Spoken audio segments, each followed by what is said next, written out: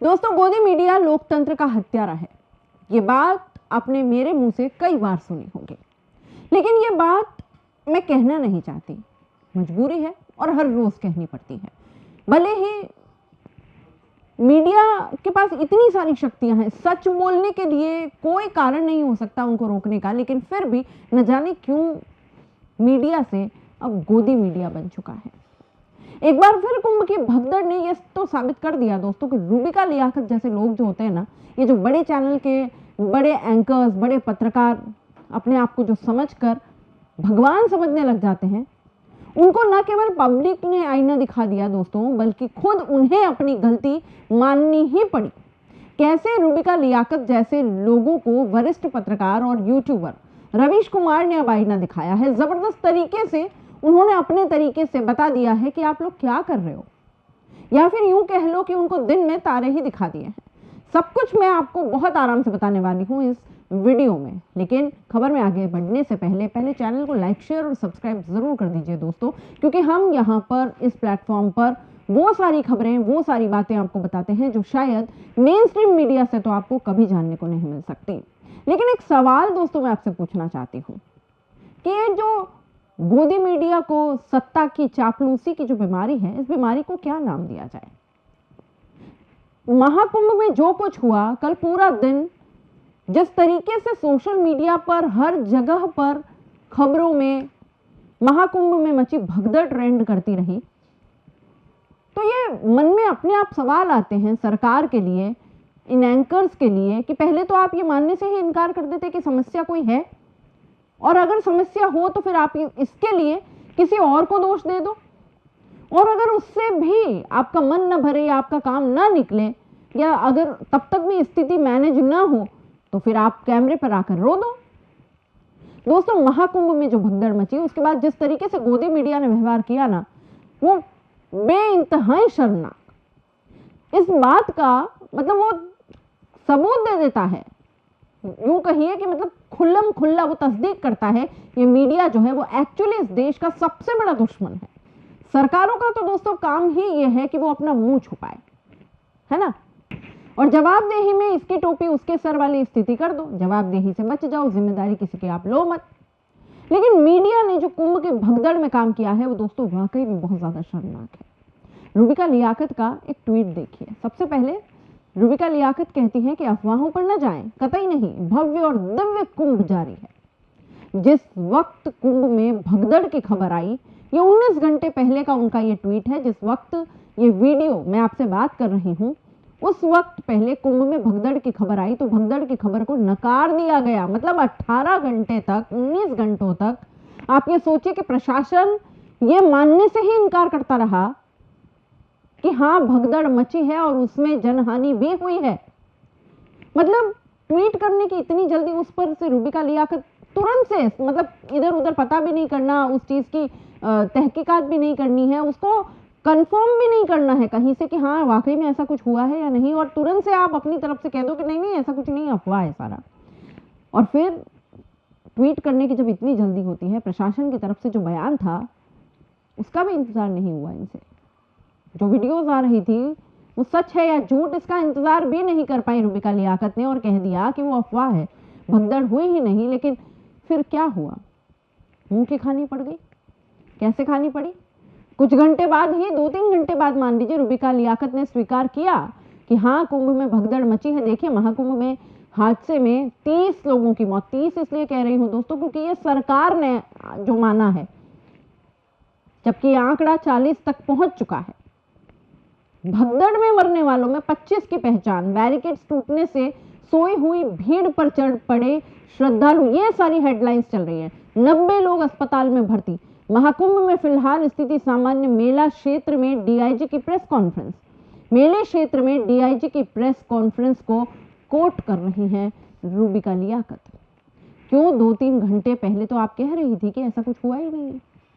पहली बात तो ये दोस्तों कि रूबिका लियाकत बताए कि उनको किसने ये बताया कि ये अफवाह है, और जब अफवाह थी तो फिर डीआईजी की प्रेस कॉन्फ्रेंस कोट करते हुए क्या वो अब माफी लिखेंगे कि वो खुद ही उन अफवाह फैलाने वालों में थी? वो एक सच्ची घटना को अफवाह कहकर ये कह रही थी कि भव्य और दिव्य कुंभ जारी है। और दोस्तों, ये जो गोदी मीडिया इस तरीके की हरकत कर रहा है ना, ये एग्जैक्टली वही है जो फील्ड में हो रहा है।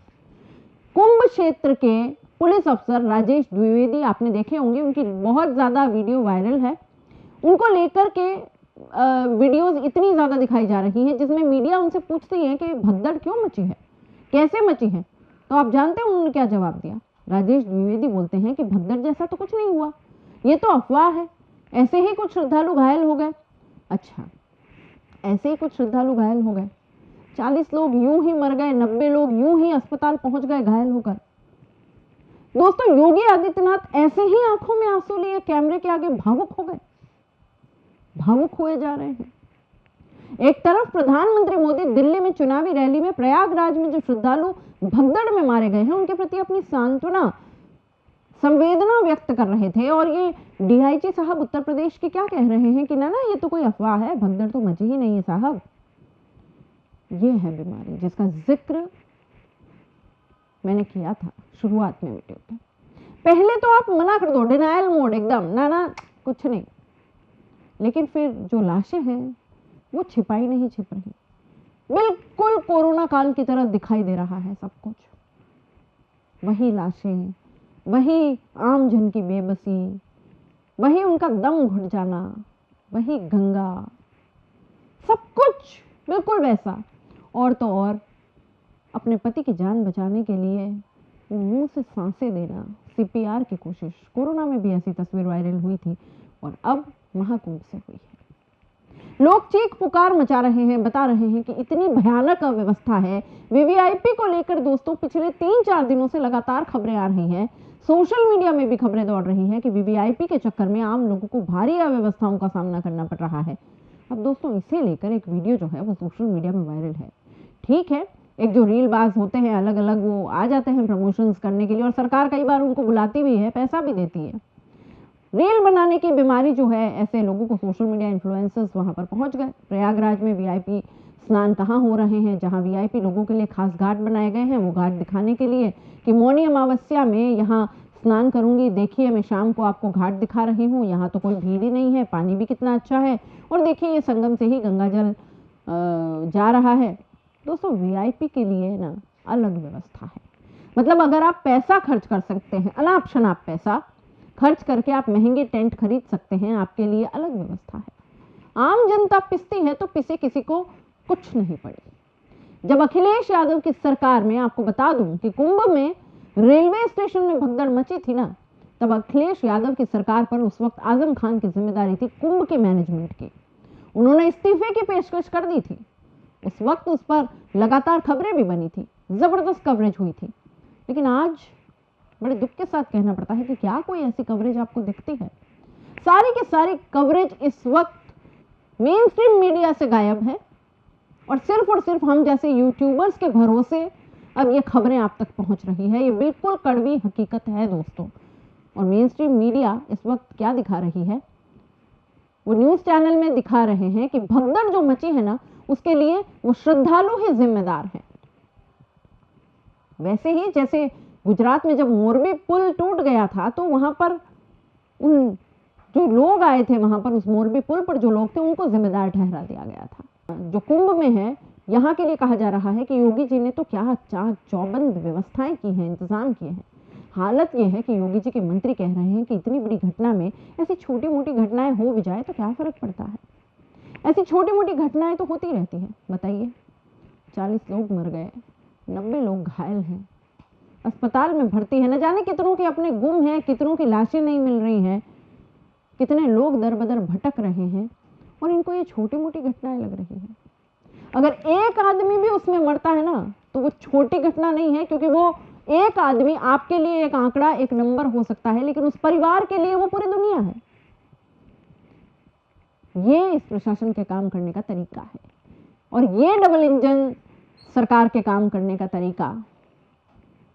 और इसके लिए जो सबसे बड़ा विलन है वो है गोदी मीडिया।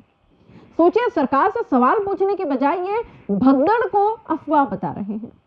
ऐसे लोगों को रवीश कुमार ने तगड़ा जवाब दिया है और कहा है कि कुंभ की दुर्घटना में फिर साबित हो गया कि गोदी मीडिया लोकतंत्र का हत्यारा है। दिन रात धर्म के नाम पर लोगों को उकसाने वाला ये मीडिया मारे गए लोगों का धर्म ही भूल गया।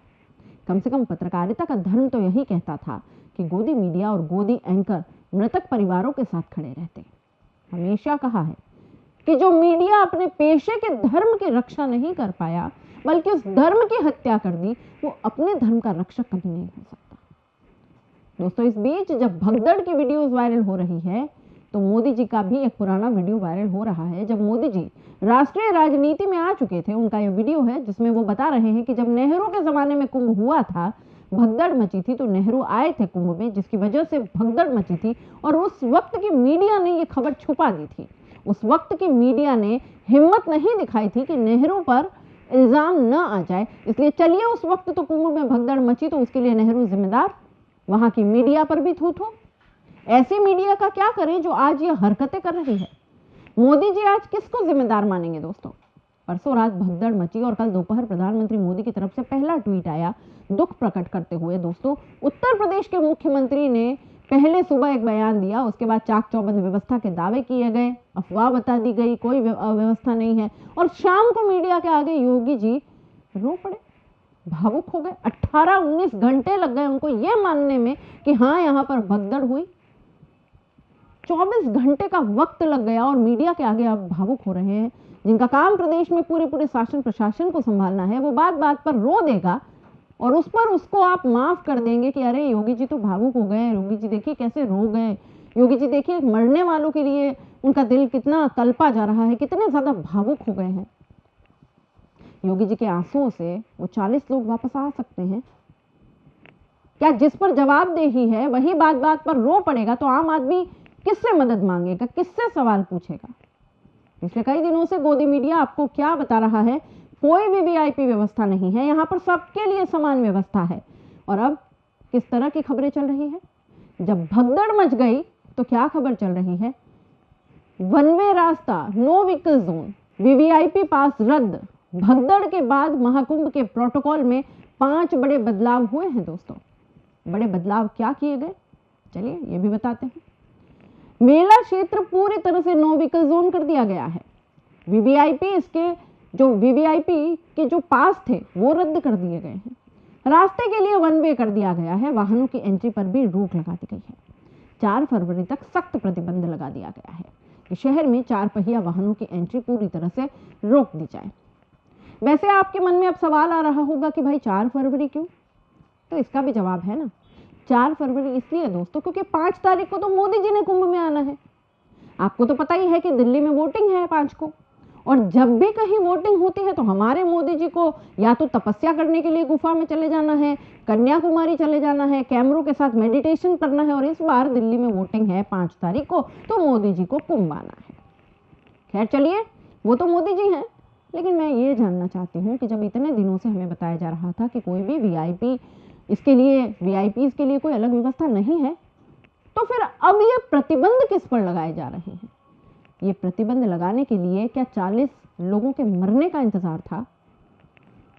दोस्तों, मीडिया का काम होता है जनता के साथ खड़े होना। लोग कहते हैं कि पक्ष विपक्ष, जैसा कि अब एक नया ट्रेंड चल गया, ये कांग्रेसी पत्रकार है, ये भाजपा की पत्रकार है, ये उसकी दलाली करते हैं, वो उसकी दलाली करते हैं। लेकिन पत्रकार ना दोस्तों, एक तरीके से उसका अपना पत्रकारिता का ही अपना धर्म है, वो ही उसका कर्म है, और एक ही पक्ष है, और जो पक्ष पत्रकार को लेना होता है ना, वो जनता का पक्ष होता है।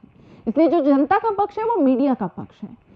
लेकिन ये इतनी बेशर्म मेन स्ट्रीम मीडिया इस देश में कभी नहीं हुई इससे पहले कि भगदड़ को पहले अफवाह बता दे और उसके बाद उसको लीपापोती करने के लिए ये सब कुछ इस तरह की हरकतें करें। आप इस पूरे मामले को कैसे देखते हैं दोस्तों? अपनी राय कमेंट बॉक्स में लिख दीजिए। जाते जाते चैनल को लाइक शेयर और सब्सक्राइब करना मत भूलिएगा। नमस्कार।